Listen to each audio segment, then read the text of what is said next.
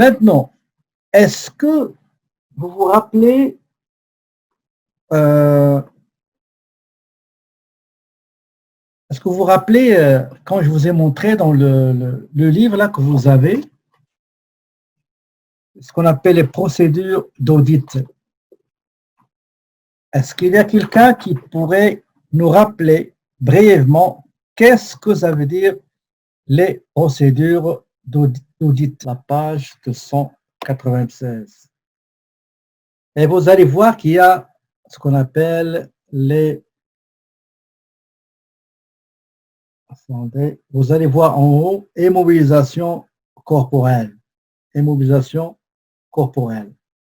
À côté, vous avez procédure d'audit. Regardez. Elle est là. OK? Donc, procédure d'audit. Si vous allez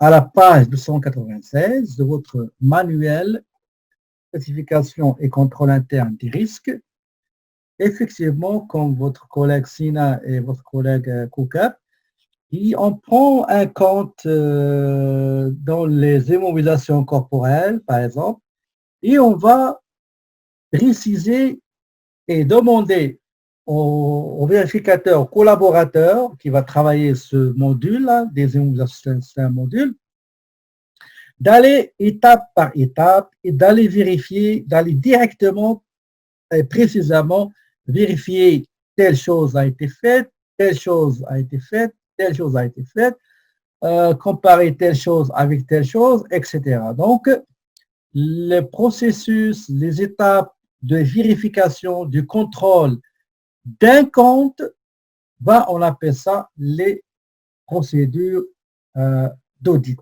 Mais, comme vous allez le voir, à l'intérieur des procédures d'audit, il y a pas mal de types. Donc, j'ai résumé un petit peu les différents types. On va en parler tout de suite. Regardez, on va prendre la définition. Hein.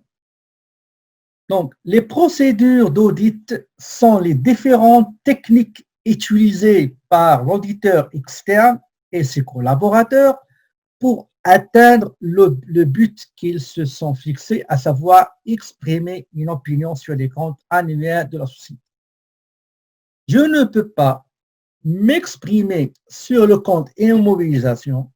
Je ne peux pas m'exprimer est-ce que les immobilisations, est-ce que les stocks achats, est-ce que les achats fournisseurs, est-ce que les ventes clients, est-ce que la paie, est-ce que tous ces modules-là, je ne peux pas exprimer une opinion sans vérifier chaque élément qui constitue ces modules à travers la vérification, le contrôle. Donc, l'ensemble des types et moyens de vérification, de contrôle, on appelle ça les procédures d'audit.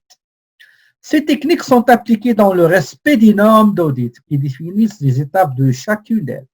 L'objectif de ce cours, que je vous donne maintenant, n'est pas de parler avec plus de détails comme l'idée parce que on n'avait pas assez de temps pour faire une petite simulation. Donc, quelles sont les principales procédures ou bien quels sont les principaux types des procédures d'audit? Généralement, je vous ai mis 6. OK?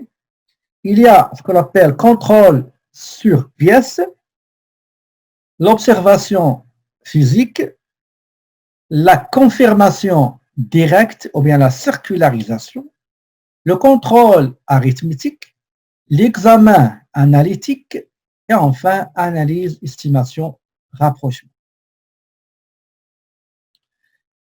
Et il y en a quelques types qu'on a déjà discutés dans pas mal de séances précédentes et vous allez voir exactement de quoi s'agit-il. On commence par le premier qui est le contrôle sur pièce.